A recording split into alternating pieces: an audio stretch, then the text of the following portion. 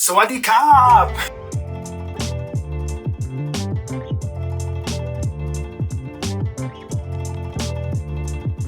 That's how you say hello when you're in Thailand.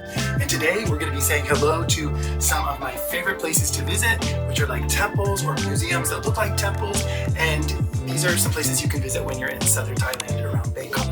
If you're new here, my name's Aaron, aka Visionaaron. I am a fashion and celebrity makeup artist by trade, but I am an artist 360 degrees, and I live my life in creativity and color. So I try to take you with me on adventures, and I like to do it wearing interesting clothing, a lot of times matching the themes of the places that I'm in. And I also create a lot of content about DIY and upcycling and thrifting and all the things that I'm interested in. But today we're going to be focusing more on travel in Thailand, one of my favorite countries in the world.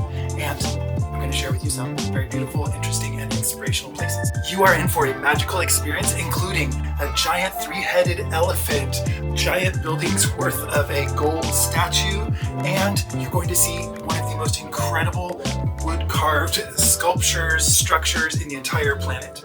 So let's check them out. We're heading to the Erawan Museum just outside of Bangkok, but pretty easy to find on Google Maps, etc. And when you go there, you just see from the skyline, you see this dominating figure of a three-headed elephant. This giant three-headed elephant is called aptly Erawan, like the name of the museum. Erawan, or Airavata in Hindu mythology, was the vehicle for the god Indra to ride upon, and symbolizes abundance, prosperity, favorable weather, and the protection of humanity.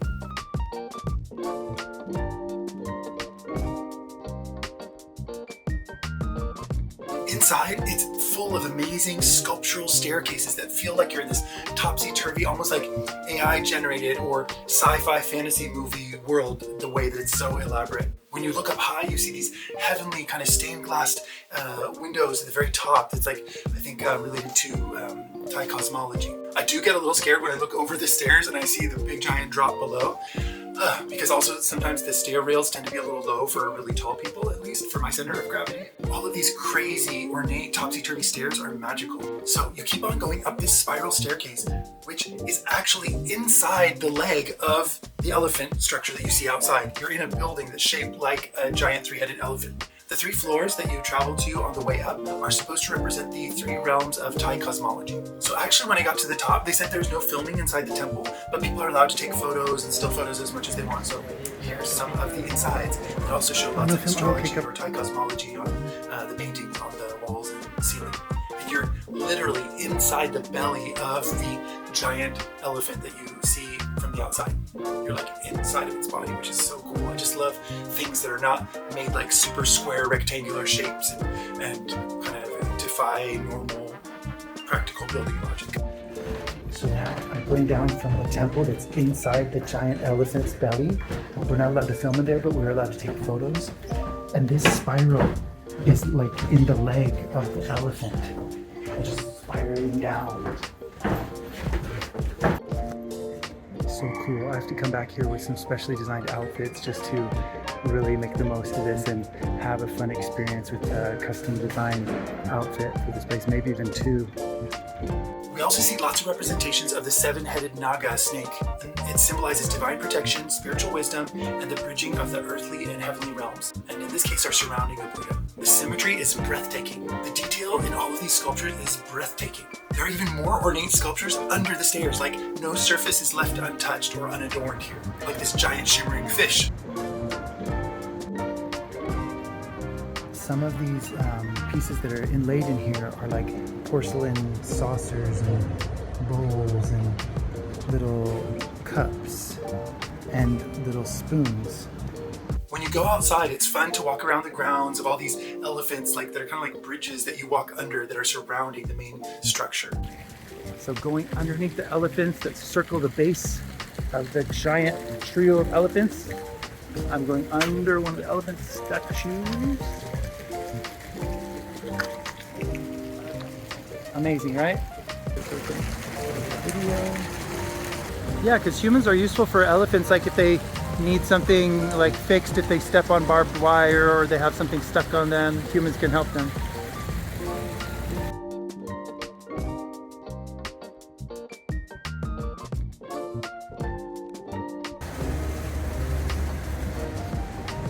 at the gold outfit.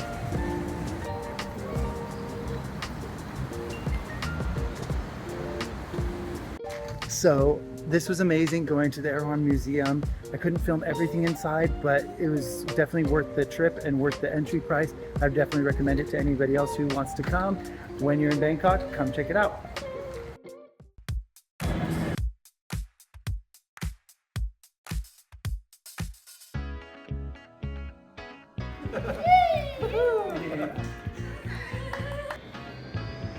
Of course, there are so many things to do and see when you're in Bangkok, Thailand, but one of the must-see attractions is the giant reclining Buddha at Wat Pho temple.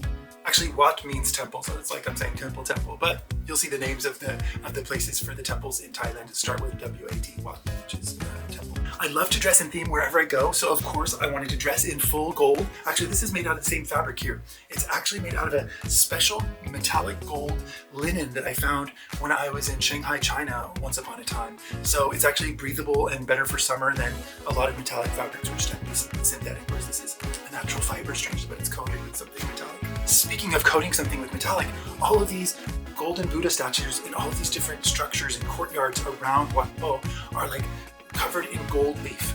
And some of them have various states of wear, and people come up and touch them and rub it away and things like that. It's interesting. I don't understand all of the meaning behind it, but I do see that some of them have been recently gold leafed and other ones gradually wear over time, and I think they just keep on gold leafing them when it wears off. Imagine having a whole army of workers that work in a temple to maintain this beauty. A lot of effort. I know about effort because I make an effort when I travel. I make an effort with all of my gold clothing that I bring with me, and wait until you see some of my other outfits.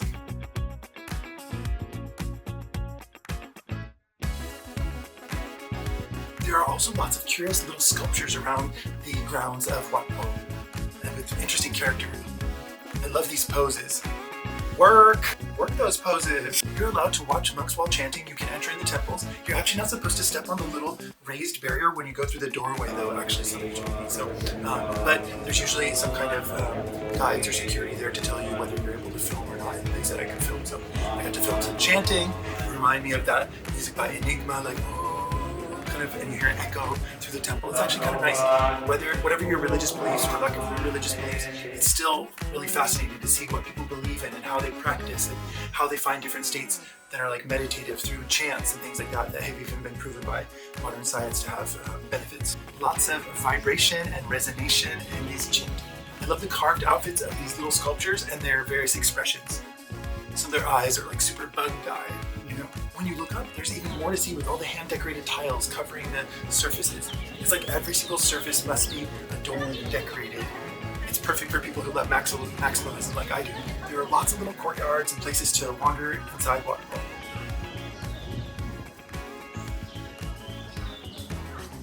There's even a wall with lots of photos featuring world leaders when they came to visit Bangkok and they came to visit Wat Pho.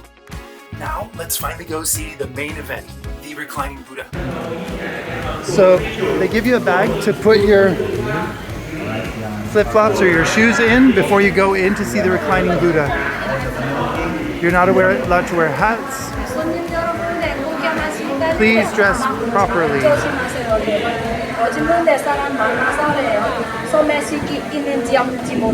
The Reclining Buddha is one of the most famous symbols of Thailand. You're not allowed to wear short shorts or sleeveless shirts. So sometimes there's people there that can lend you a sarong. I think there's also for purchase, but some of the temples have people that like lend them to you and then you give them back when you come out. You're also not allowed to wear shoes or sandals when you go in, but you can wear socks or go barefoot like most people do. The statue is so big, it's actually hard to fit it in a camera. And it's such a long building that you can kind of only see it from one angle when you're at the very end. But you get to peek at it and see the massive size of it as you go through kind of the different columns down the hallway with a lot of other people. It's very touristy, but for a reason, because it's kind of a wonder of the world and many people come to see. Everybody's kind of trying to get in there to take their photos, me included, of course. So it's kind of like, we feel a little bit touristy like Disneyland, but I'm sure it generates a lot of income for the temple to maintain it and possibly for the country also because it generates so much wealth in tourism. The feet of the Reclining Buddha are divided into 108 distinct sections inlaid with exquisite mother of pearl. Each section displays an auspicious symbol that represents the divine characteristics of the Buddha and the different levels of Buddhist cosmology. That sure was a lot of fun and worth the crowds. Open.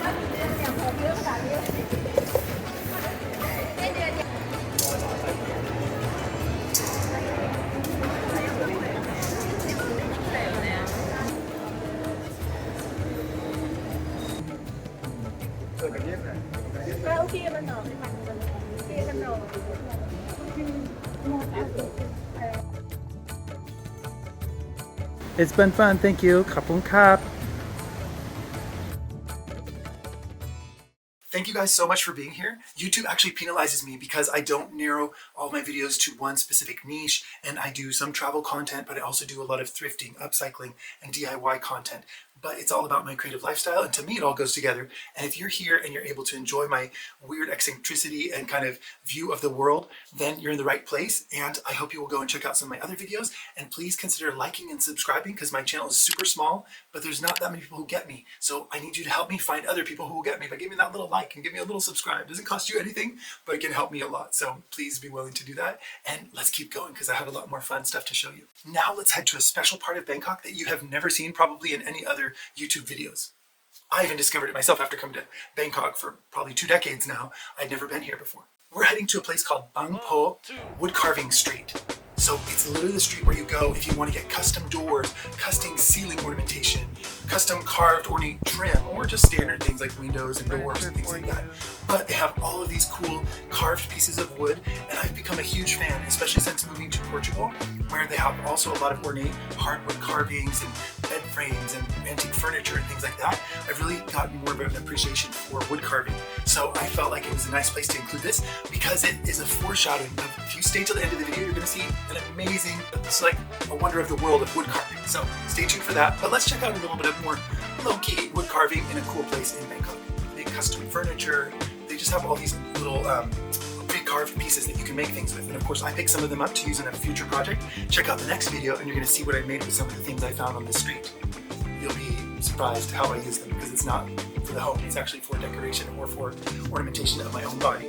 So stay tuned for that. If I lived in Thailand, I would come here and get all custom doors and windows and deck out my house with so many different ways of ornamentation that they do here in Thailand. All right, while we're on the topic of wood carving, let's head down to Pattaya, which is a couple hours down south of Bangkok, and we're going to go to the Sanctuary of Truth. We are about to enter the Sanctuary of Truth here in Pattaya, Thailand, and it's a giant wooden temple. Let's see how it is. There's already some wood carvings here.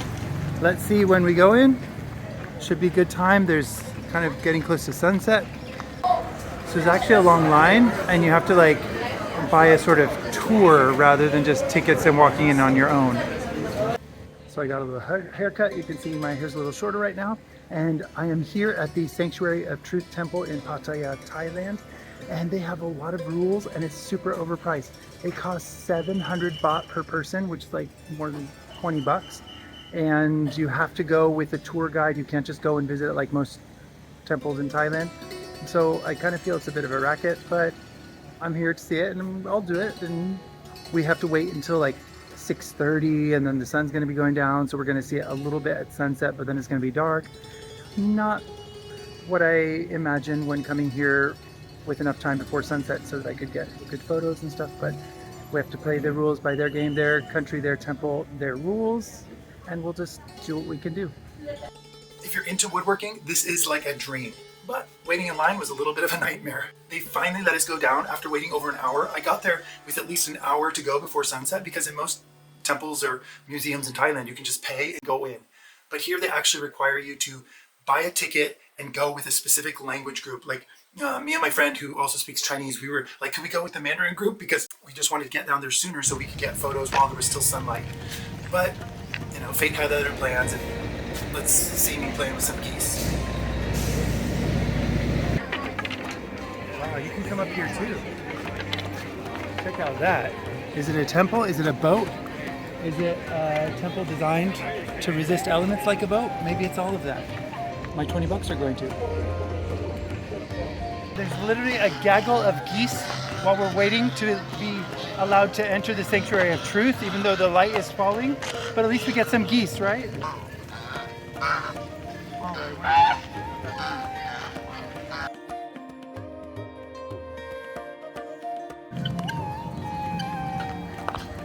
Part of the English tour, and we're just like. When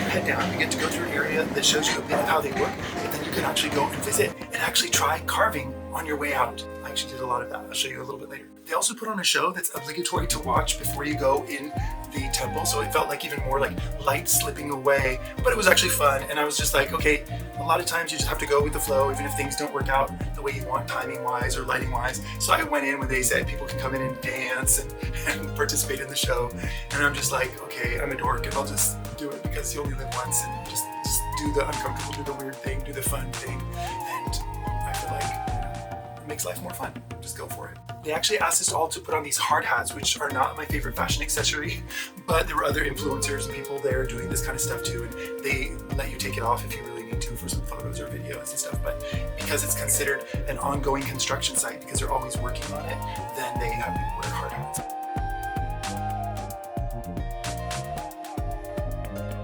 Something very interesting about the construction is that it's made without any use of metal nails.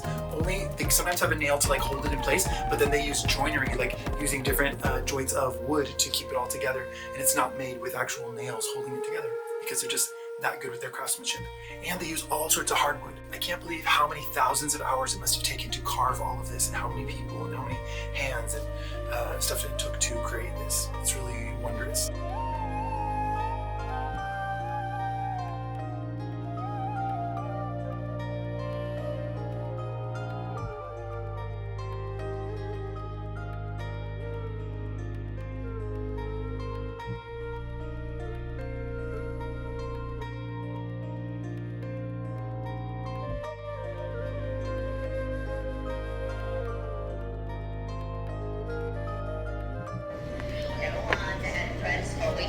That circle in the ceiling is actually full of zodiac symbols. These carved hallways are almost overwhelming in their detail. It's almost like so much that it's hard to take it all in. They're just begging for a movie to be filmed here. Some kind of scene in a movie should be done here, because the set design like this, it would take so long to recreate something like this unless you did it in CGI or something, but it's real life. Go film there, somebody. Imagine the most majestic Italian cathedrals that are all ornate, made of marble and gold and those kind of things, but transformed into hardwoods, which is actually kind of hard to carve and to sculpt. I've worked with it before, so I can understand, but it's actually so much work and effort, but then it resists a little bit more to the harsh weather of being right on the sea. I made a little list of the woods because they're not all the woods that I'm familiar with. I know teak wood. Teak is famous for coming from that region of the world, but they also use woods called takian wood, dayang wood, and panchart wood. And they're all extremely durable hardwoods that are resistant to the salty air and the humidity and things like that, so they don't warp and stuff like normal pine wood might. And that's why it's going to last, and that's why it's able to withstand storms and tropical weather and things like that. It's crazy that this monument or museum or building is all built using ancient Thai carpentry techniques without any metal nails, relying instead on interlocking joints. Look at, there's a big giant fan. There's a big giant fan behind there, and that's like a really cool decoration for the covering of the fan.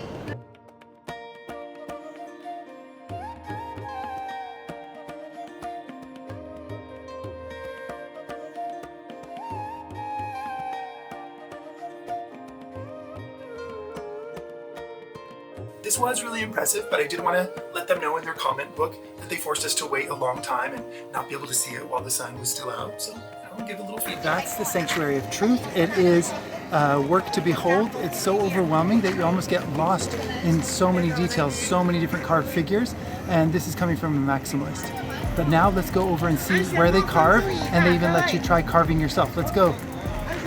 After the main tour, you get to go and work on the carvings. Most people just do a little chisel here and there, but I actually kept going because I'm obsessive compulsive a little bit, but also because it's fun. And I actually do some woodworking back at home, and I modify furniture and make things out of wood and stuff.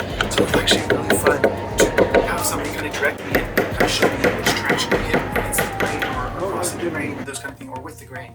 It's really fun to actually say, you know, I got to help work on a little piece of that temple or that building, and you know, hundreds of years from now, I made a couple of little carvings in there somewhere. So it's fun, and I think it's really great that they do give you the opportunity to participate. So maybe the €20 entry fee was worth it. I don't know. And for the entertainment. Okay, we're supporting different people's jobs. So I can't, I'm a foreigner coming in with more money than the average local, so I have to be appreciative, and I'm glad that it goes to somebody. It's still beautiful at night. Even when you walk back to the entrance and you see it all lit up, it's quite beautiful.